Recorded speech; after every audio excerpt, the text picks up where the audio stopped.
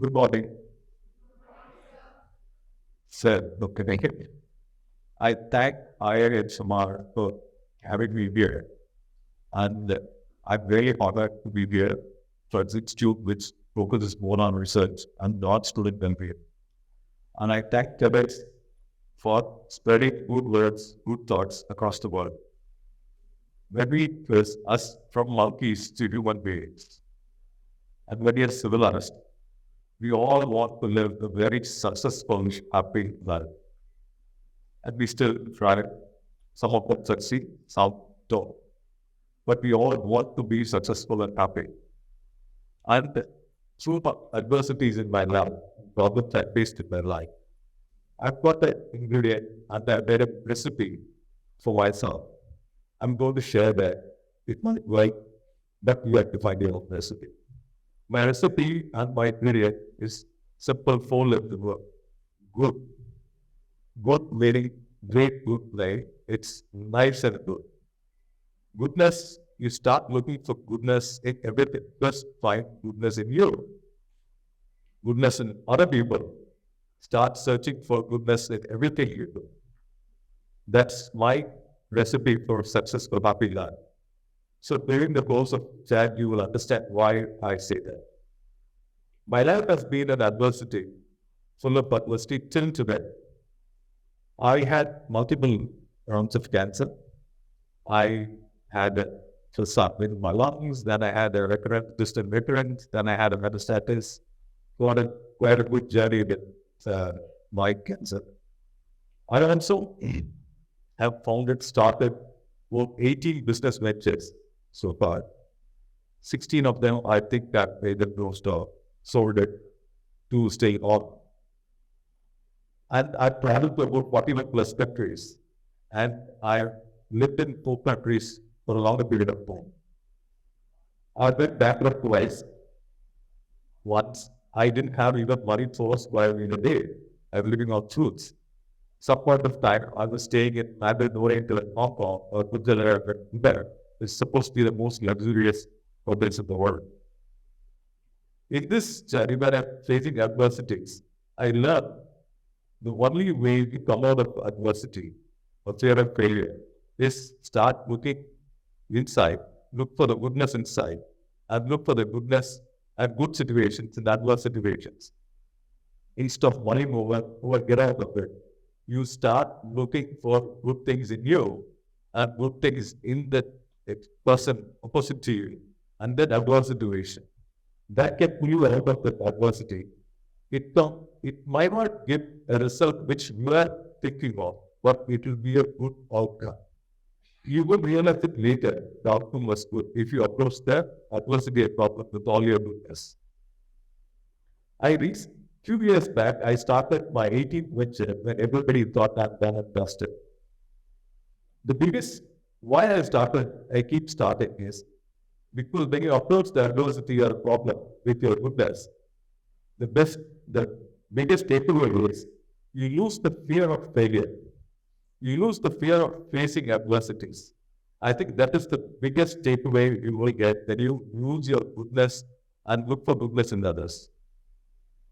When I started my 18th, I think I started my 19th of last year. So, why did I start? Why do you keep on bouncing back and starting?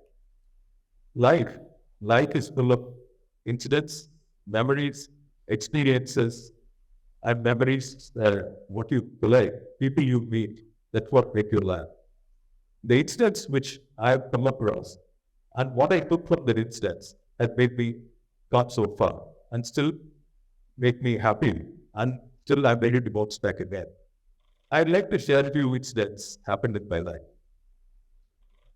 When I was in America, maybe in 80s, that's my first trip to US. I went to a friend of mine's house. He's a very close friend of ours. Today must be 91 years old. He's a surgeon. And he joined with another American doctor who's, both of them are surgeons who joined the same hospital. Until today, they are in the same hospital, surgeons having a rooming period. I went there I've never seen such a palatial house in my life. That's the first time I'm seeing such a palatial house. I'm staying in a palatial house. The Indian doctor, my friend, Dr. Swami, his house is so big. He's got a big theater in the house. He's got a warm pool. He's got a gymnasium, and he's got such a big garage with all kind of fancy cars, which are the most pleasure. One evening, the American doctor is also a good friend of ours, called me for a dinner. I went to his house for dinner. We were chatting. This house was a very small, cozy, cute little house. We were having dinner, we were chatting. Then he took me to his garage. It's actually not a garage, it's a workspace. It is bigger than his house. This doctor is very fat. I can't call it as a hobby because he spends as much as time he spends operation data, he spends on this. He's very fond of fishing. So he's got a huge fishing boat, he had fishing rods, all the tools he wants. And he was explaining about his fishing and his fancy for fishing. And the chat went on for hours. He was explaining like a child with so much of passion about the marine life, about fishing boats, about the engineering behind fishing boats and maneuvering water. And we went on the climate change, this, that, on. And he made sure I understood what he said. He said it with such a passion. He made sure that I understood what he said. And we were walking out, waiting for the car to pick me up. He smilingly said, Dr. Swami has all the fancy parts in the world, but I don't understand because he doesn't enjoy driving. He doesn't drive much. He doesn't enjoy driving. Neither I have not seen him in the gym or the pool. When I was coming back, he left me that we all work very hard. We all work very hard to earn. We earn well. But we don't spend that kind of time to spend that hard-earned money. Which Dr. Jonathan, the American doctor, got into my head. So we should spend as much time in spending the hard-earned money so that you have a successful, happy life. Now you know, out of the two, who lives that fullest of full life, happy, good life. From the land of dreams, now I take you to the so-called dark continent, Africa. One of the venture in Africa, we did public work, meaning we build roads with different communities, we build water tanks, we do borders, we do pipelines to the houses or get water near the house. When I went to Africa for this venture, I was so excited. I was inside, I was thinking, I'm going to going to enhance the life of these people, give them an enhancement, develop them. Poor people, I want to know that all this God complex was there when I landed in Africa at Mozambique. We went around doing the work. One Sunday afternoon, the community gave us lunch. And during the lunchtime, one old lady could speak fairly to the ears, walked up to me and asked, Mr. Baidu, what are you doing here? You don't have business in India, you don't have opportunities in India, why are you come all the way here to do this? I started out with a big proud chest and big smile. I come here to enhance your livelihood, help you with infrastructure, develop your lifestyle, and bring you opportunities. She asked me simply, what will you think we are not developed? What will you think our lives are not great? I was stunned by that question. I don't have an answer for that question. And she continued, smilingly. Today, we walk up to the stream or a pot to pick up water. When we walk, we feel the earth. We smell the air. We look around. We see the plants. We see nature around us. We see the stream and we know exactly what is raining or not. So we know what is happening around us and we take so much of information from that. That information helps us building our own community. We know what to cultivate, when to cultivate, what to do, whether to go out or not, about our marine life. And we get so much of information. One. Second, when we don't water from the stream, we walk all the way and rain. So we plan how much water we require. And when we bring it home, we use it very, very judiciously. The water, we use it very judiciously. We don't overuse, we don't waste. These two things really give me. That's just said. And finally, she finished with saying, when you do all this, you're crippling our growth. So we are not allowing us to still ourselves. We will be unstilled. You are making us dependent on people like you for every information, whether to grow, whether to do this, whether to do that. And when I start wandering around, I don't look around. So I will not have any information about my surrounding. So I won't have any control over my life. And I will be completely dependent on people like you. And she said, any society which is dependent on somebody else for the living and don't have any control over the life, it's not a developed society. It's really hit me apart. We all have one size fits all development model, and we think that's development.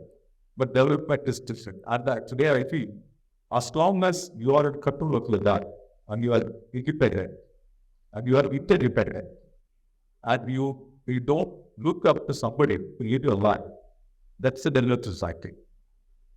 And by the way, I've seen most happiest of faces, love laughters in Africa than anywhere else in the world. From the dark continent, the land of enlightened, Tibet. When the cancer guest came into my body this time, I treated the guest with disturbance. But the guest, I think, guest liked me, so the guest keep coming again and again. So after that, I started treating Tibetan medicine. Tibetan medicine is a wholesome medicine. It talks about a lot of it, about your life. You listen to your body, you listen to your mind. The efforts of mind and mental well-being is very, very. And what Tibetan medicine taught me is you live life. I'm underlining that word. You live life. You don't exist or survive. You don't exist or survive. You live life. And you die on your feet. Meaning, again, I repeat, you live life, don't exist or survive, and you die on your feet. They made me how I should listen to my body, enjoy my food. I can feel my food going inside. So my body knows what to take from that food, good food. They taught me so many things. And I so far had played a small role in helping about 685 cancer patients come out of cancer, live a happy life, healthy life, and successful life. A small incident happened at Tibetan clinic. The Tibetan doctor whom I normally go to, very young lady, she got married recently, and I couldn't go to her wedding. So when I went back to wish her, she introduced her husband. Normally, we all think that the doctor's husband will be another doctor or somebody about that. She introduced me to a guy I know for a long time. That guy used to be a driver at the Tibetan clinic. He used to be a dispenser at the clinic. He used to make billing. Sometimes he helps the doctors to prescribe medicine. He sits with the patients to talk to them, give them confidence, encourage them, patient appetite, he will talk. Sometimes he cooks for others, he sits. He does all work there. So I was really surprised that she introduced that gentleman to me as Zarasta. And when I came home, I realized two things. One is, as long as you do a work which makes the other person happy and satisfied, the beneficiary of the work happy and satisfied, that's the best work you get. Without any degree of labor, if you're able to do it with all your heart, that's the best thing. In fact, I used to joke, most of the patients talk to the Tibetan hospital. They're happy seeing that person, not the doctor. That's how he works. Second is, when she introduced me to that person, he was acknowledging it. I could see so much of glow and brightness. She was so happy to introduce that person. And they both were talking about the wedding, what happened and all that. So much of love and affection. So they don't have a heart. One thing, any two people coming together, raise a family, make a society. What you one thing is required? Love and affection. They too have so much love and affection for each other.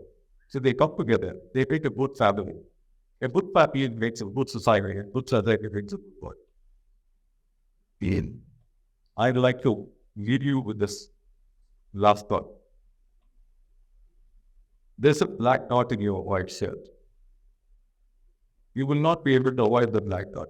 If you try to avoid, you would look more and more black dot. Look beyond the black dot, right into the white. You would see that with gear, on-center colors, and more. You will come up with more curiosity, better ideas. Likewise, you will start looking at goodness in everybody in it. If you plug more into the white, the black will disappear on its own. Thank you.